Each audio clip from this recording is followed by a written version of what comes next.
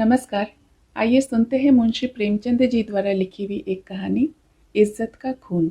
दोस्तों, अगर आप मेरे चैनल को पसंद करते हो तो इसे ज़रूर सब्सक्राइब कीजिए और हाँ, बेल आइकन प्रेस करना मत भूलिए। धन्यवाद। आइए सुनते हैं इज्जत का खून। मैंने कहानियों और इतिहासों में तकदीर के उलट फेर की अजीबोगरीब दास्तानें पढ़ी हैं। शाह को भिखमंगा और भिखमंगे को शाह बनते देखा है। तकदीर एक छिपा हुआ भेद है। गलियों में टुकड़े चुनती हुई औरत सोने के सिंहासन पर बैठ गई और वह ऐश्वर्य के मतवाले, जिनके इशारे पर तकदीर भी सिर झुकाती थी, आन और शान में चील कौवों का शिकार बन गए। पर मेरे सिर पर जो कुछ बीती, उसकी नज़ीर कहीं नहीं मिलती। आह, उन घटनाओं को आज याद करती हूँ तो रोंगटे खड़े हो जाते हैं। हैरत होती है कि अब तक मैं कैसे और क्यों कर जिंदा हूँ। सौंदर्य लालसाओं का स्रोत है। मेरे दिल में क्या लालसाएं न थी, पर आह, निष्ठुर भाग्य के हाथों मिटी। मैं क्या जानती थी कि वह आदमी जो मेरी एक एक अदा पर कुर्बान होता था, एक दिन मुझे इस तरह जलील और बर्बाद करेगा। आज 3 साल हुए जब मैंने इस घर में कदम रखा। उस वक्त यह एक हरा भरा चमन था। मैं इस चमन की बुलबुल थी, हवा में उड़ती थी, डालियों पर चहकती थी, फूलों पर सोती थी। सईद मेरा था और मैं सईद की थी। इस संगमरमर के हौज के किनारे हम मोहब्बत के पासे खेलते थे। तुम मेरी जान हो, मैं उनसे कहती तुम मेरे दिलदार हो। हमारी जायदाद लंबी चौड़ी थी। जमाने की कोई फिक्र, जिंदगी का कोई गम न था। हमारे लिए जिंदगी सशरीर आनंद, एक अनंत चाह और बाहर का तिलिस्म थी, जिसमें मुरादें खिलती थीं और खुशियां हंसती थी। जमाना हमारी इच्छाओं पर चलने वाला था। आसमान हमारी भलाई चाहता था और तकदीर भी हमारी साथी थी। एक दिन सईद ने आकर कहा, मेरी जान, मैं तुमसे एक विनती करने आया हूँ।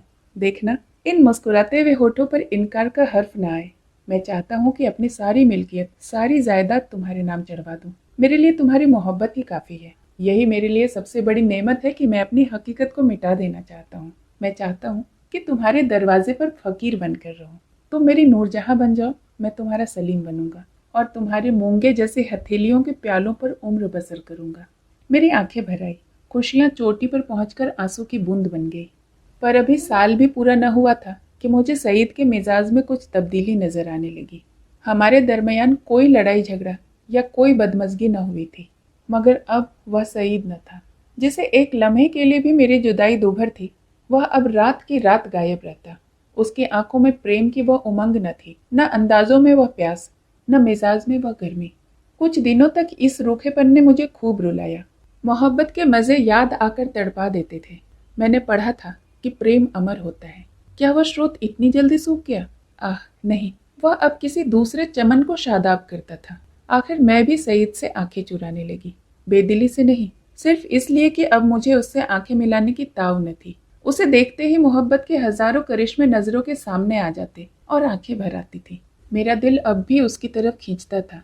कभी कभी बेअख्तियार जी चाहता कि उसके पैरों पर गिरूं और कहूं, मेरे दिलदार, यह बेरहमी क्यों? क्या तुमने मुझसे मुंह फेर लिया है? मुझसे क्या खता हुई? लेकिन इस स्वाभिमान का बुरा हो जो दीवार बनकर रास्ते में खड़ा हो जाता। यहाँ तक कि धीरे धीरे दिल में मोहब्बत की जगह हसद ने ले ली। निराशा के धैर्य ने दिल को तस्कीन दी। मेरे लिए सईद अब बीते हुए बसंत का एक भूला हुआ गीत था।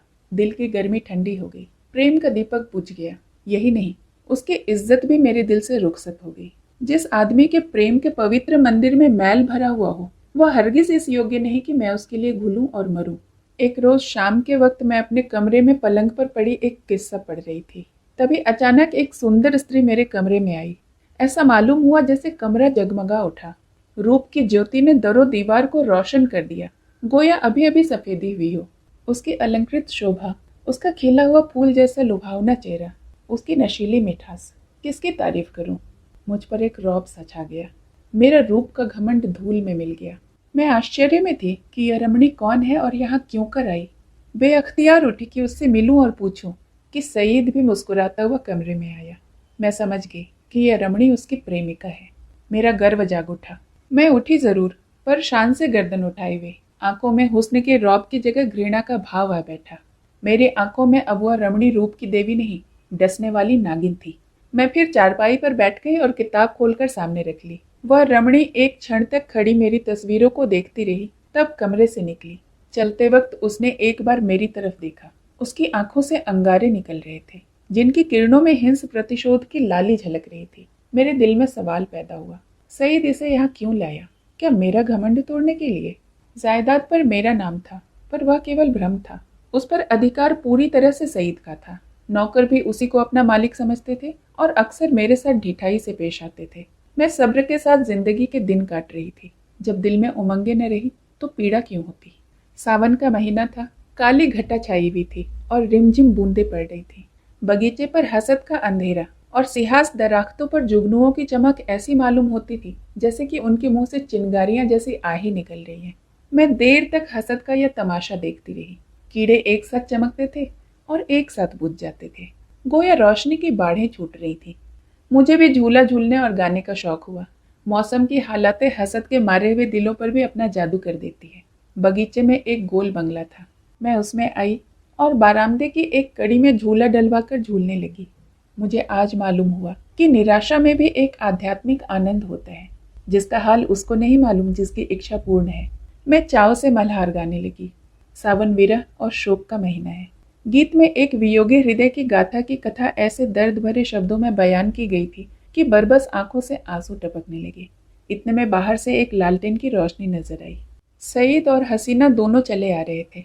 हसीना ने मेरे पास आकर कहा, आज यहाँ नाच रंग की महफिल सजेगी और शराब के दौर चलेंगे। मैंने घृणा से कहा, मुबारक हो हसीना, 12 मास से और मल्हार की ताने उड़ेंगी, साजिंदे आ रहे हैं। मैंने कहा, शौक से हसीना, तुम्हारा सीना हसद से चाक हो जाएगा। सईद ने मुझसे कहा, जुबैदा तुम अपने कमरे में चली जाओ, यह इस वक्त आपे में नहीं है। हसीना ने मेरी तरफ लाल लाल आंखें निकाल कर कहा, मैं तुम्हें अपने पैरों की धूल के बराबर भी नहीं समझती। मुझसे फिर जब्त न रहा, अकड़ कर बोली, और मैं क्या समझती हूँ? एक कुतिया दूसरों की उगली हुई हड्डियां चिचोड़ती फिरती है। अब सईद के भी तेवर बदले। मेरी तरफ भयानक आंखों से देख कर बोले, जुबैदा तुम्हारे सिर पर शैतान तो नहीं सवार है? सईद का यह जुमला मेरे जिगर में चुभ गया। मैं तड़प उठी। जिन होठों से हमेशा मोहब्बत और प्यार की बातें सुनी हूँ, उन्हीं से यह जहर निकले, और बिल्कुल बेकसूर। क्या मैं ऐसी नाचीज और हकीर हो गई हूँ कि एक बाजारू औरत भी मुझे छेड़कर गालियां दे सकती है और मेरा जबान खोलना मना? मेरे दिल में साल भर से जो बुखार हो रहा था वह उछल पड़ा।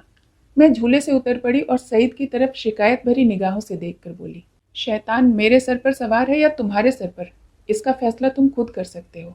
सईद, मैं तुमको अब तक शरीफ और गैरत वाला समझती थी। बेवफाई की इसका मलाल मुझे जरूर था, मगर मैंने सपनों में भी यह न सोचा था कि तुम गैरत से इतने खाली हो कि इस हया फरोश औरत के पीछे मुझे इस तरह जलील करोगे। इसका बदला तुम्हें खुदा से मिलेगा। हसीना ने तेज होकर कहा, तू मुझे हया फरोश कहती है? मैं बेशक कहती हूँ। सईद, और मैं बेगैरत हूँ? मैं बेशक बेगैरत ही नहीं, शोबदेबाज, मक्कार, पापी, सब कुछ। यह अल्फाज बहुत घिनौने हैं, लेकिन मेरे गुस्से के इजहार के लिए काफी नहीं। मैं यह बातें कह ही रही थी कि यकायक सईद के लंबे तगड़े हट्टे कट्टे नौकर ने मेरी दोनों बाहें पकड़ ली और पलक मारते भर में हसीना ने झूले की रस्सियां उतारकर मुझे बरामदे के एक लोहे के खंभे से बांध दिया। उस वक्त मेरे दिल में क्या ख्याल आ रहे थे वह याद नहीं, पर मेरी आंखों के सामने अंधेरा छा गया था।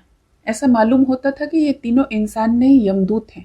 गुस्से की जगह डर दिल में समा गया था। इस वक्त अगर कोई रौबी ताकत मेरे बंधनों को काट देती, मेरे हाथों में आबदार खंजर दे देती, तो भी जमीन पर बैठकर अपनी जिल्लत और बेकसी पर आंसू बहाने के सिवाय मैं और कुछ न कर सकती। मुझे ख्याल आता था कि शायद खुदा की तरफ से मुझ पर यह कहर नाजिल हुआ है।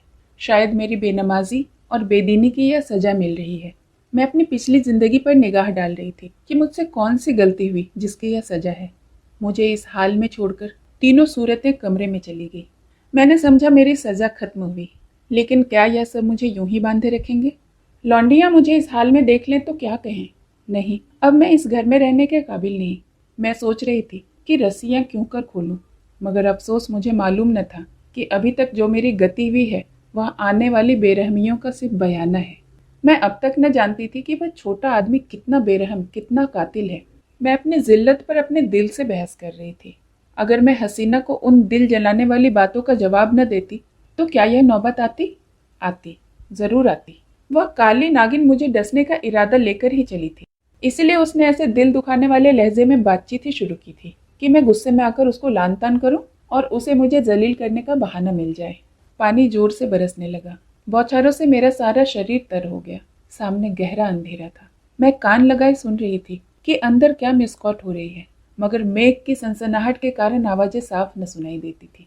इतने में लालटेन फिर से बरामदे में आई और तीनों उरावनी सूरत फिर सामने आकर खड़ी हो गई।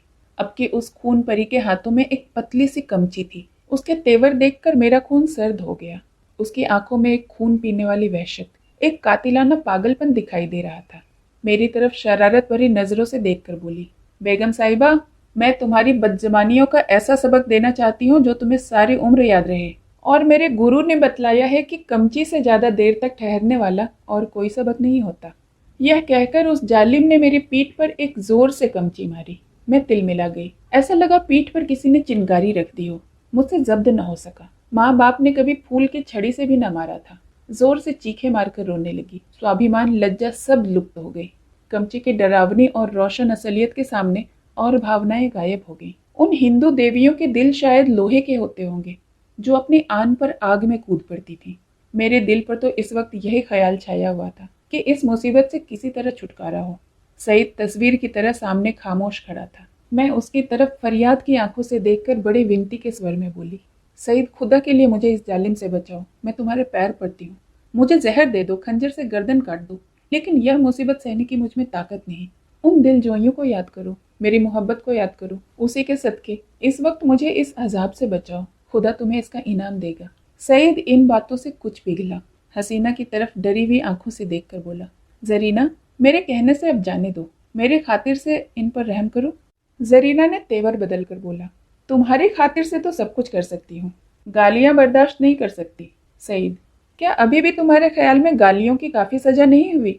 जरीना, तब तो आपने मेरी खूब कद्र की। मैंने रानियों से चिलमचियां उठवाई हैं। यह बेगम साहिबा हैं किस ख्याल में? मैं अगर इसे छुरी से भी काट दूं तब भी इसकी बदजबानियों की सजा काफी न होगी। सईद, मुझसे अब यह जुल्म नहीं देखा जाता। जरीना, आंखें बंद कर लो। सईद, जरीना, गुस्सा न दिलाओ। मैं कहता हूँ अब इन्हें माफ करो। जरीना ने सईद को ऐसी हिमाकत भरी आंखों से देखा गोया वह उसका गुलाम हो। खुदा जाने उसने उस पर क्या मंतर मार दिया था कि उसमें खानदानी गैरत और इंसानियत का जरा भी एहसास बाकी न रह गया था। वह शायद उससे गुस्से जैसे मर्दाना जज्बे के काबिल ही न समझती थी। होलिया पहचानने वाले कितनी गलती करते हैं, क्योंकि दिखाई कुछ पड़ता है, अंदर होता कुछ और है। बाहर से ऐसे सुंदर रूप के पर्दे में इतनी बेरहमी, इतनी निष्ठुरता। कोई शक नहीं, रूप हुलिया पहचानने की विद्या का दुश्मन है। बोली, अच्छा, तो अब आपको मुझ पर गुस्सा आने लगा? क्यों ना हो, आखिर निकाह तो आपने बेगम से ही किया है। मैं तो हया फरोश कुतिया ही ठहरी। सईद, तुम ताने देती हो दो, लेकिन मुझसे यह खून नहीं देखा जाता। जरीना, तो यह कमची हाथ में लो और इसे 100 गिनकर लगाओ, गुस्सा उतर जाएगा, इसका यही इलाज है। सईद, फिर वही मजाक? जरीना, नहीं, मैं मजाक नहीं करती। सईद ने कमची लेने को हाथ बढ़ाया, मगर मालूम नहीं जरीना को क्या शुभा पैदा हुआ। उसने समझा कि वह कमची को तोड़कर फेंक न दे। कमची हटा ली और बोली, अच्छा, मुझसे यह दगा? तो लो, अब मैं ही अपने हाथों की सफाई दिखाती हूँ। यह कहकर उस बेदर्द ने मुझे बेतहाशा कमचियां मारना शुरू की। मैं दर्द से ऐंठ ऐंठ कर चीख रही थी। उसके पैरों पड़ती, मिन्नतें करती, अपने किए पर शर्मिंदा थी, दुआएं देती, पीर और पैगंबर का वास्ता देती, पर उस कातिल को जरा भी रहम न आता। सईद काठ के पुतले की तरह दर्दो सितम का यह नजारा आंखों से देख रहा था। उसको जोश न आता था। शायद मेरा बड़े से बड़ा दुश्मन भी मेरे रोने धोने पर तरस खाता। मेरी पीठ छिलकर लहू लुहान हो गई थी। जख्म पड़ते थे। हर एक चोट आग के शोलों की तरह बदन पर लगती थी। मालूम नहीं उसने मुझे कितने दर्रे लगाए। यहाँ तक कि कमची को भी मुझ पर रहम आ गया। वह फटकर टूट गई। लकड़ी का कलेजा फट गया, मगर इंसान का दिल न पिघलता था। मुझे इस तरह जलील और तबाह करके तीनों खबीस रूहें वहां से रुखसत हो गई। सईद के नौकर ने चलते वक्त मेरी रस्सियां खोल दी। मैं कहाँ जाती, उस घर में क्यों कर कदम रखती? मेरा सारा जिस्म नासूर हो रहा था, लेकिन दिल के फफोले उससे कहीं ज्यादा जानलेवा थे। सारा दिल फफोलों से भर उठा था। अच्छी भावनाओं के लिए कहीं जगह ही बाकी न रह गई थी। उस वक्त अगर मैं किसी अंधे को कुएं में गिरते देखती तो मुझे हंसी आती। किसी यतीम का दर्दनाक रोना सुनती तो उसका मुंह चिढ़ाती। दिल की हालत में एक जबरदस्त इनकलाब हो गया था। मुझे गुस्सा न था, गम न था, मौत की आरजू न थी, यहाँ तक कि बदला लेने की भावना तक न थी। उस इंतहाई जिल्लत ने बदला लेने की इच्छा को भी खत्म कर दिया। हालांकि मैं चाहती तो कानूनन सईद को शिकंजे में ला सकती थी, उसे दाने दाने के लिए तरसा सकती थी, लेकिन यह बेइज्जती, यह बेआबरूई बदले के ख्याल के दायरे से बाहर। बस सिर्फ एक चेतना बाकी थी, और वह अपमान की चेतना थी। मैं हमेशा के लिए जलील हो गई थी। क्या यह दाग किसी तरह मिट सकता था? हरगिज नहीं। हाँ, वह छिपाया जा सकता था और उसकी एक ही सूरत थी। क्या इस घर से वह बियाबान अच्छा नहीं जिसके पेंदे में एक बड़ा सा छेद हो गया हो? इस हालत में यही दलील मुझ पर छा गई। मैंने अपनी तबाही को और भी मुकम्मल, अपनी जिल्लत को और भी गहरा और अपने चेहरे को और भी काला करने का पक्का इरादा कर लिया। रात भर मैं वही दर्द से पड़ी कराहती रही और इन्हीं ख्यालों में उलझती रही। यह घातक इरादा हर क्षण मजबूती से और भी मजबूत होता गया। घर में किसी ने मेरी खबर न ली। पौ फटते ही मैं बगीचे के बाहर निकल आई। मालूम नहीं मेरी लाज शर्म कहाँ गायब हो गई थी। जो शख्स समंदर में गोते खा चुका हो, उसे ताल तलैया का क्या डर। मैं जो दरो दीवार से शर्माती थी, इस वक्त शहर की गलियों में बेधड़क चली जा रही थी। कहाँ? वहीं जहाँ जिल्लत की कद्र है, जहाँ किसी पर कोई हंसने वाला नहीं, जहाँ बदनामी का बाजार सजा हुआ है, जहाँ हया बिकती है और शर्म लुटती है। इसके तीसरे दिन रूप की मंडी के एक अच्छे से हिस्से में एक ऊंचे कोठे पर बैठी हुई मैं उस मंडी की सैर कर रही थी। शाम का वक्त था। नीचे सड़क पर आदमियों की ऐसी भीड़ थी कि कंधे से कंधा छिलता था। आज सावन का मेला था। लोग साफ सुथरे कपड़े पहनकर कतार की कतार दरिया की तरफ जा रहे थे। हमारे बाजार की बेशकीमती जीन्स भी आज नदी के किनारे सजी हुई थी। कहीं हसीनों के झूले थे, कहीं सावन की मीत। लेकिन मुझे इस बाजार की सैर दरिया के किनारे से ज्यादा पुरलुफ्त मालूम होती थी। ऐसा मालूम होता कि शहर की और सब सड़कें बंद हो गई, सिर्फ यही तंग गली खुली हुई है और सबकी निगाहें कोठों की तरफ लगी थी। गोया वह जमीन पर नहीं चल रहे, हवा में उड़ना चाहते हो। हाँ, पढ़े लिखे लोगों को मैंने इतना बेधड़क नहीं पाया। वह भी घूरते थे, मगर कनखियों से। अधेड़ उम्र के लोग सबसे ज्यादा बेधड़क मालूम होते थे। शायद उनकी मंशा जवानी के जोश को जाहिर करना था। बाजार क्या था? एक लंबा चौड़ा थिएटर था। लोग हंसी दिल लगी करते थे, लुफ्त उठाने के लिए नहीं, हसीनों को सुनाने के लिए।